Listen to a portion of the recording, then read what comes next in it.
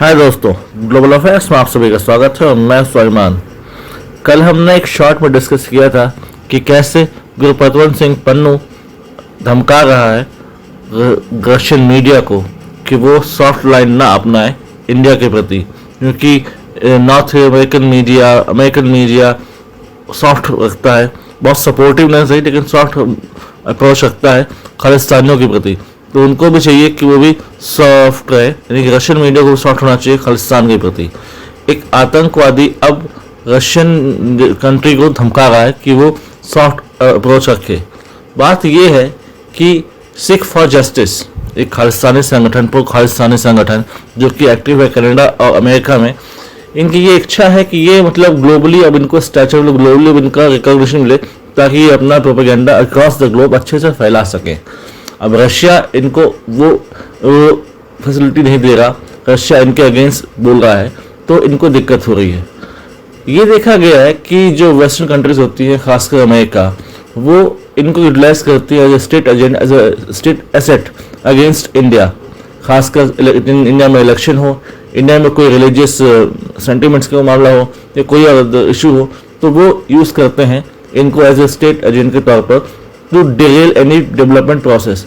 और ख़ासकर अभी जब इंडिया और रशिया के बीच INS सुशील को लेकर डील हुई, INS सुशील इंडक्ट हुआ, उसके बाद एक $4 बिलियन का रडार खरीदने वाला है इंडिया रशिया से, इस पर बात चल रही है। इसके अलावा अभी जो डिफेंस डील हो रही है, तो ये सारी चीज़ों को देखकर वेस्ट पचा नहीं पा रहा है कि कैसे इंडिया इतने आगे बढ़ रहा है।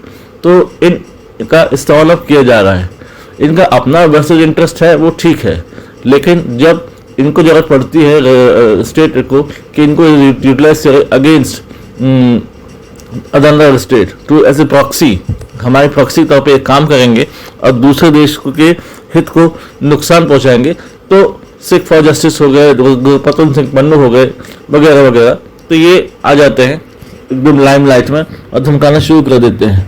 अब रशिया से इनका कोई लेना देना नहीं, रशिया से इनका कोई इंटरेस्ट नहीं है। ये कनाडा में बैठे हैं, ये अमेरिका में बैठे हैं, लेकिन अगर रशियन मीडिया इनके अगेंस्ट कुछ लिख दे रहा है तो ये they are like dictating Russian media to do and what not to do, यानी कि as if they are super power, they are above any country and they are dictating. मतलब इतने ज़्यादा मतलब इंटेलेक्चुअली तो ये जीरो है, इंटेलेक्चुअली ऑलमोस्ट डम्ब है कि ये धमका रहे हैं देशों को कि ऐसा करो वैसा करो, otherwise we will target you.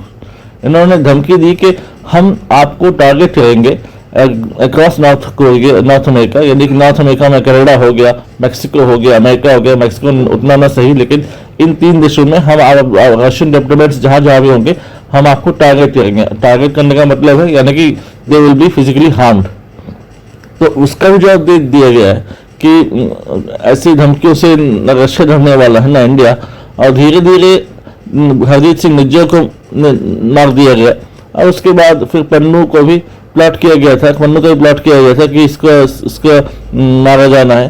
तब अमेरिका ने एक मोस्ट वांटेड सूची निकाली है इंडियंस की कि ये इंडियंस इन्वॉल्व है इसको मारने में। एक इंडिया में बैठे हैं उसके लिए निकाल दिया ये इंडियन स्टेट एजेंट्स हैं जो अगेंस्ट पन्नू है, यानी कि पन्नू एक तरफ खालिस्तान का एजेंडा चलाता है अमेरिका में, कनाडा में, उसको वोकल करता है, उसको अलाइव रखने की कोशिश करता है ताकि वो कमजोर ना पड़े, और दूसरी तरफ अमेरिका का स्टेट एजेंट बन के वहाँ पर एक लैविश लाइफ भी जीता है। तो अमेरिका अपने हित साधने के लिए इतना कुछ कर सकता है, ये पॉसिबल है। और अभी तो इनको इसलिए भी दिक्कत हो रही है क्योंकि इंडिया की कंपनी रिलायंस ने एक डील साइन की है रोसनेफ्ट, जो कि रशियन कंपनी है, उसके साथ कि हम और आपके साथ जो है 10 साल का डील साइन किए जाते हैं, इसमें पर ईयर रिलायंस पे करेगा उसको $14 बिलियन रोसनेफ्ट को, और उसके बदले वो हमें ऑयल सप्लाई करेंगे और इस ऑयल को रिफाइन किया जाएगा इंडिया में and it will be sold in India and across the globe western country को बेचा जाएगा। तो ये सारी चीज़ें वेस्ट पचा नहीं पा रहा है, अमेरिका पचा नहीं पा रहा है कि कोई उसके बराबर खड़ा होने की हिम्मत कैसे कर सकता है। अभी भी ये मतलब 20th सेंचुरी की जो पुरानी सुपीरियरिटी कॉम्प्लेक्स है उसी में जिए हैं और इस अब आतंकवादियों का इस्तेमाल कर रहे हैं। आने वाले समय में इन्हें तो न्यूट्रलाइज कर लिया जाएगा।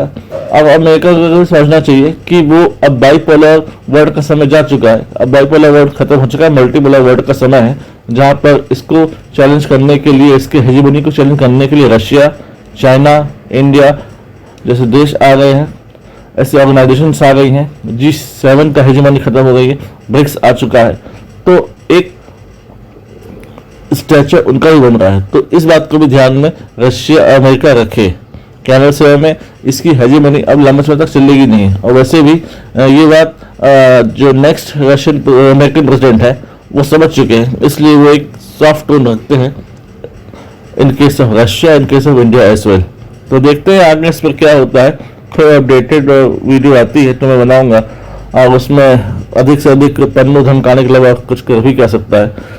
सो let's see what happens. I thought to make video interesting. Thanks for watching. जय हिंद, जय भारत।